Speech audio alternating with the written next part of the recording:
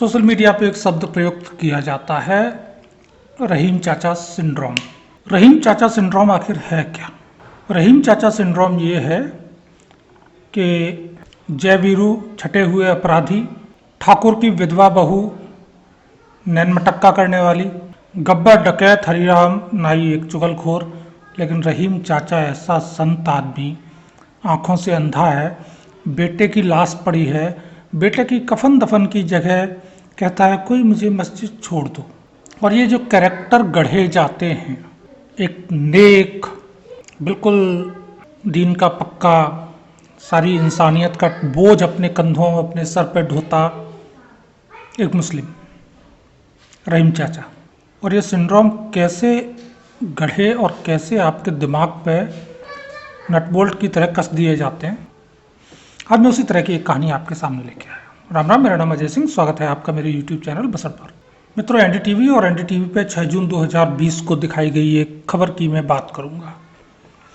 खबर थी कि बिहार के किशनगंज एक जगह है, जिला है, वहां के मियां सैयद आलम अंसारी ने एक दावा किया कि उनके दादाजी तो बहुत बड़के वाले क्रांतिकारी थे, उनने गांधी जी की जान बचाई थी और उनके साथ बड़ा अत्याचार किया था अंग्रेज़ों ने, और उसके बदले भारत के राष्ट्रपति, जो बाद में प्रथम राष्ट्रपति बने, डॉक्टर राजेंद्र प्रसाद, उन्होंने मोतिहारी में 1950 में उन्हें वादा किया था कि उनको वो 25 एकड़ ज़मीन उनके उस महान काम के लिए देंगे।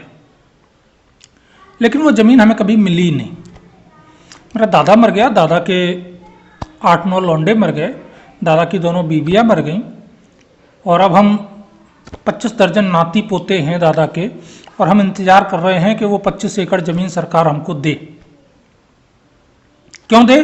क्योंकि मेरे दादा ने गांधी की जान बचाई थी। तो भैया, दिमाग थोड़ा सा कौंधा कि ऐसे महान क्रांतिकारी के विषय में मैं, जो कि स्वतंत्रता संग्राम के इतिहास को बड़ा बारीकी से पढ़ने का शौकीन रहा हूँ, उसे ये घटना कैसे नहीं पता। गांधी की हत्या होने जा रही है, एक मियाँ जी गांधी जी को बचाते हैं और वो व्यक्ति गायब हो जाता है इतिहास से। सामान्य लोग उसके विषय में नहीं जानते। और आखिर ये घटना थी क्या? आखिर हमारे राष्ट्रपति ने एक ऐसा वादा कैसे कर दिया खड़े होकर के जो उनके अधिकार क्षेत्र में नहीं था?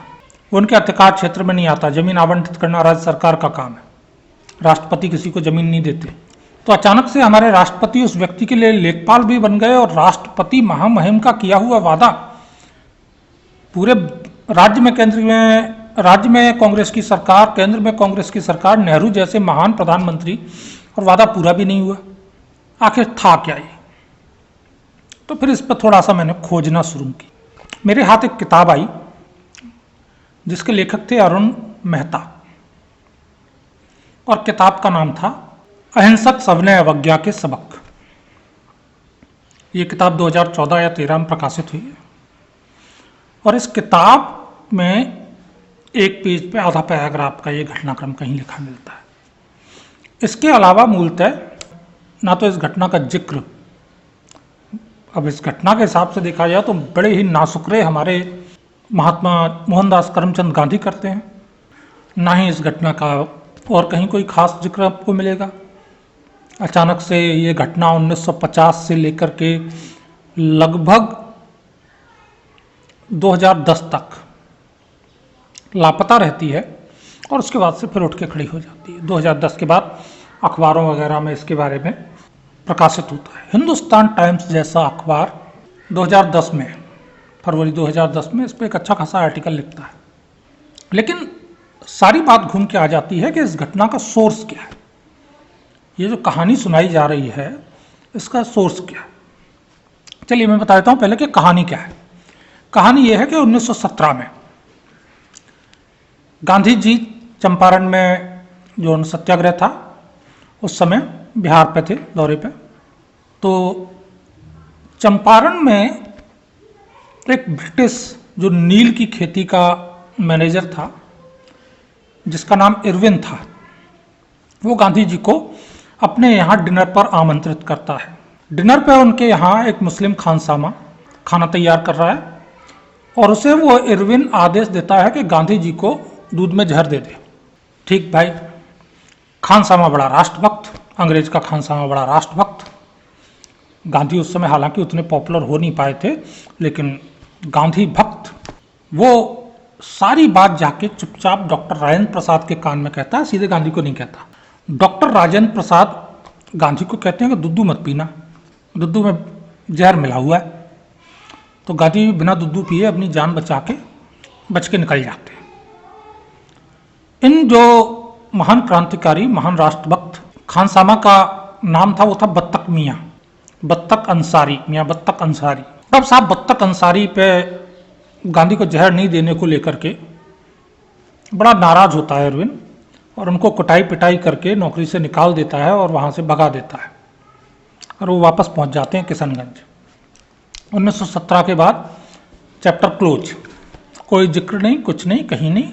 अब इसमें कुछ चीज़ों पे आप और विचार कर लीजिए। गांधी जी जो अंग्रेज़ों का विरोध करने चंपारण पहुँचे थे, वो डिनर एंजॉय कर रहे थे अंग्रेज़ों के घर में। सवाल तो गांधी पर खड़ा हो जाता है, ऐसे अंग्रेज के घर में जिसका सिर्फ प्रथम नाम इरविन आपको मिलेगा, उसका जो जाति अपने आप प्रयुक्त की जाती है, वहाँ पे फैमिली नेम कहा जाता है। तो सामान्य ब्रिटिश या यूरोपियन परंपरा अगर मैं बताऊं आपको, तो भैया ये है कि जब कोई व्यक्ति अपना नाम लिखता है तो हमेशा नाम प्रथम अक्षर कैपिटल में, फिर नाम स्मॉल लेटर्स में होता है पूरा उसका। उसके बाद जो व्यक्ति का फैमिली नेम लिखा जाता है वो पूरा कैपिटल में लिखा जाता है। ये जो लोग थोड़ा सा वहाँ के रीत चरण से परिचित हैं, डॉक्यूमेंटेशन से परिचित हैं, जानते होंगे। तो आपको ये स्पष्ट हो जाता है कि फैमिली नेम कौन सा है और नाम कौन सा है। कि समटाइम ऐसा होता है कि दोनों नाम एक जैसे लगते हैं कि फर्स्ट नेम होते हैं वही फैमिली नेम होते हैं। जैसे किसी का नाम इरविन डगलस है, मान लीजिए इरविन सरनेम है या डगलस सरनेम है, ये आप कैसे पता करोगे? तो उसका एक अच्छा तरीका ये है कि डगलस कैपिटल में लिख दीजिए, पता चल जाएगा इरविन फर्स्ट नेम है, डगलस लास्ट नेम है। तो इरविन का सिर्फ फर्स्ट नेम मिलता है। इरविन नाम का एक व्यक्ति मैनेजर था नील की खेती के फार्म पे, उसका कुक था ये बत्तक अंसारी, और उसने गांधी को हत्या करने के लिए दूध में जहर। अब गांधी भी साहब उस जमाने में ऐसा भी नहीं है कि बकरी के बच्चे हों। कोई अंग्रेज इतना मूर्ख था कि वो अपने घर बुला के उन्हें जहर खिला के अपने घर में मार डालना चाहता था। ऐसा नहीं है, सिस्टम एक तब भी था, ये सब भी चलता था, जहर दे दिया, मार दिया, एनकाउंटर में मुकदमे की एक फॉर्मेलिटी होती थी उस जमाने में। लेकिन वो अपने घर बुला रहा है गांधी को, आओ जी खाने पे आओ, और अपने घर में उन्हें जहर खिलाना चाह रहा है। ऐसा इरविन जिसका कि हमको पूरा नाम भी नहीं मालूम। अब कोई एरा गहरा नत्थु खैरा पुलिस का कांस्टेबल तो होगा नहीं कि जिसके यहाँ गांधी जी डिनर के लिए इनवाइटेड होंगे, मामूली सा अंग्रेज। और इतनी बड़ी संख्या में भी अंग्रेज नहीं थे उस समय भारत में, 45-50 हज़ार अंग्रेज कुल जमा हिंदुस्तान में रहते थे। तो इरविन साहब का कम से कम लास्ट नेम तो लिखित में होना ही चाहिए था। इतनी महत्वपूर्ण घटना। दूसरा, इतनी महत्वपूर्ण घटना, गांधी का हत्या का प्रयास हिंदुस्तान आते ही लगभग, और तब तक राजनीति में उतने सक्रिय नहीं हो पाए थे, तब तक उन्होंने ऐसा कोई बड़ा कांड नहीं किया था। चंपारण से उनकी शुरुआत थी। एक अंग्रेज उनकी हत्या का प्रयत्न करता है और एक व्यक्ति जो उसकी जान बचाता है, गांधी उससे दोबारा मिलते भी नहीं। ये भी नहीं कि उसे गांधी का कम से कम इतना तो बनता था यार, बत्तक मियाँ को एक बार बुला के अपने आश्रम में बढ़िया सा डिनर करा देते, बिरयानी सरियानी चाप सांप, चलो वेज नॉनवेज ना सही वेजिटेरियन ही खिलवा देते, खिचड़ी पुलाव। नहीं, गांधी नहीं करते। गांधी उसका और भी कहीं इतना कुछ, गांधी सत्य पर अपने प्रयोग, एक्सपेरिमेंट विथ ट्रुथ लिख के रख जाते हैं पोथन्ना, लेकिन बत्तक मियाँ को भूल जाते हैं। कमाल, इतने महत्वपूर्ण व्यक्ति का नाम भी याद नहीं रखते। अच्छा, अब चलिए एक सिनेरियो हम ये मान लेते हैं कि शायद गांधी को तो पता ही नहीं होगा कि उसकी जान बचाई किसी ने। गांधी को नहीं पता, अकेले राजेंद्र प्रसाद जी को पता था। राजेंद्र प्रसाद जी भी 1917 से 1950 तक इस पर कुछ नहीं कहते।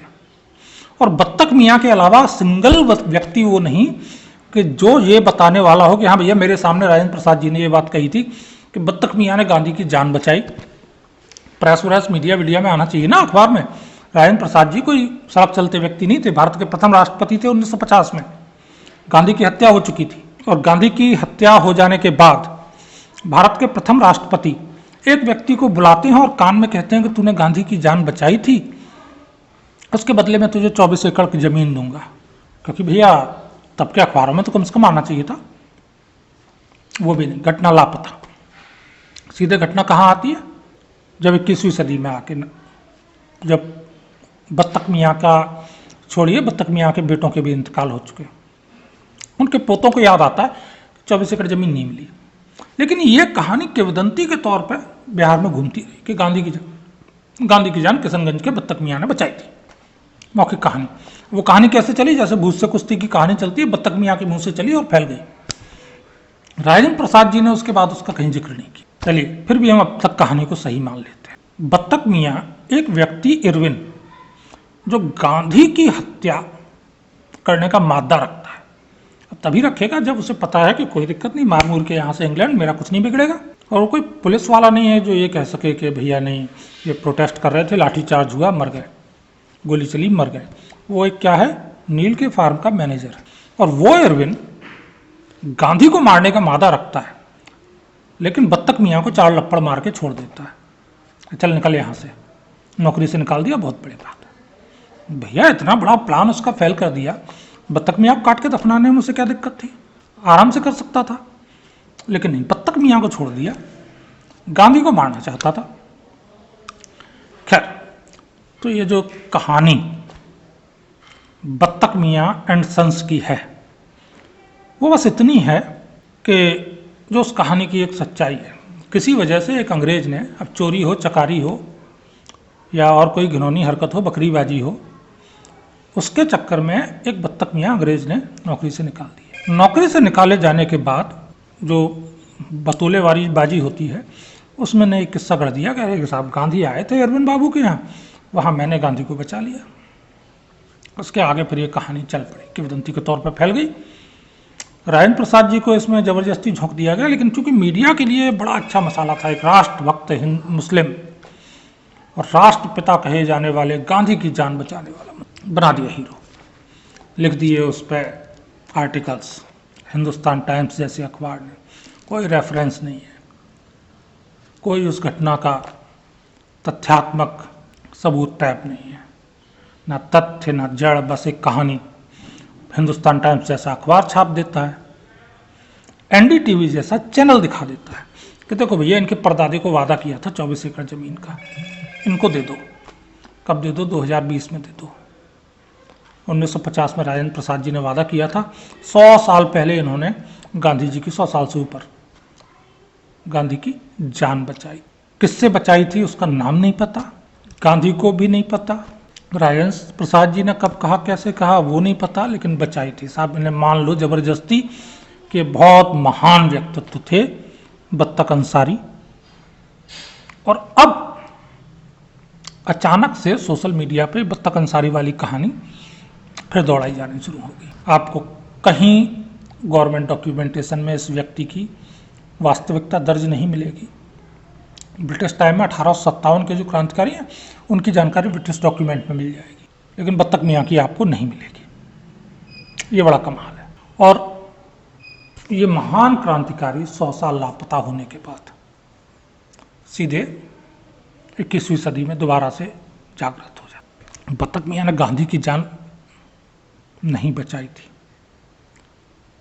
कोई औचित्य ही नहीं था, कहानी प्योर झूठ थी, इसका कोई सिर पैर नहीं था।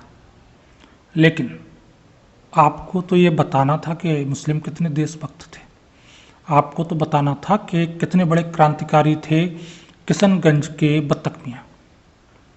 और इस देश ने, एहसान फरामोश देश ने, बत्तख मियाँ के एहसान के सदके 24 एकड़ का मामूली सा जमीन का टुकड़ा भी नहीं दिया। कितना निर्लज्ज, कितना नासुकरा देश है।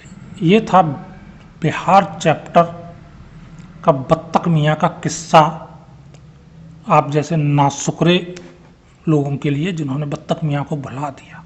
अब आप हिंदुस्तान टाइम्स उठा के पढ़ लें, वहाँ पे ये कहानी मिल जाएगी। एनडीटीवी की रिपोर्ट शायद यूट्यूब पे आप ढूंढेंगे तो मिल जाएगी। तारीख मैंने बता दी थी, 2020 की है ये। बत्तख मियाँ करके सर्च करेंगे शायद मिल जाए। हाँ, लेकिन इसके पीछे, इस कहानी के पीछे कहीं कोई आधार नहीं है, कहीं कोई सबूत नहीं है। ये बस बत्तख मियाँ और उनके पोतों के मुंह से उपजी हुई कहानी, जिसे तुष्टीकरण की राजनीति ने जबरिया मीडिया के जरिए सच बना आपके सामने थोप दिया, परोस दिया। खैर, मेरा काम था आपको वास्तविकता से रूबरू कराना। आगे भी ये काम करने का प्रयत्न करता रहूँगा। तब तक राम राम, वंदे मातरम, जय हिंद।